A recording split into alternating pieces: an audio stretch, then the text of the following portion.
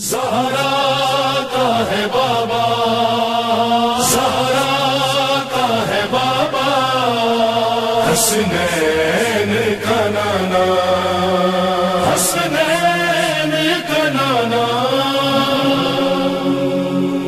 بس 28 سفر آنے والی یہ چیز ذہن میں رکھیں کہ ہم بھی اس جرم میں شریک ہو جاتے ہیں کہ اشرف الانبیاء کی شہادت کو چھپا دیتے ہیں، ہم سب بھی شامل ہو جاتے ہیں۔ اشرف الانبیاء کو تمام شیعہ سنی کتابوں کے حساب سے ان کو زہر دیا گیا۔ کس نے دیا؟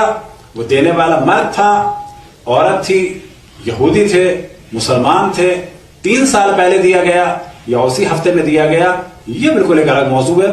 لیکن جب ڈسکس کیا جاتا ہے اشرف الانبیاء کے دنیا سے جانے کو، تو کیا ڈسکس کیا جاتا ہے آپ کو پتا ہے؟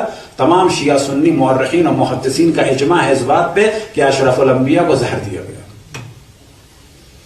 اب یہاں پہ سوال کیا جائے کہ جب انہیں زہر دیا گیا تو زہر کو چھپایا کیوں جاتا ہے، اور جب زہر دیا گیا تو ان کو شہید کیوں نہیں کہا جاتا، اور جب ہم شہید کہتے ہیں تو اس پہ ناراض کیوں ہوا جاتا ہے؟ شہید ایک اہم ترین صفت ہے، شہادت ایک اہم ترین مقام ہے کہ جس پہ اشرف الانبیاء فائز ہوئے، کس کے ذریعے سے؟ زہر کے ذریعے سے۔ اور خود ہمارے یہاں روایات ہے وَمَا مِنَّا إِلَّا مَقْتُولٌ أَوْ مسموم، کہ ہمارے درمیان کوئی بھی ایسا نہیں ہے مگر یہ کہ یا اسے تلوار سے قتل کیا جائے، یا پھر یعنی یا قتل کیا جائے فزیکلی کسی چیز سے، یا کیا کیا جائے، یا زہر دیا جائے۔ لیکن اگر آپ دیکھیں اتنا دوسری جانب کے کلچر کا ہم سب پر بھی اثر ہے کہ ہم بڑے مطمئن ہو جاتے ہیں وفات وفات وفات،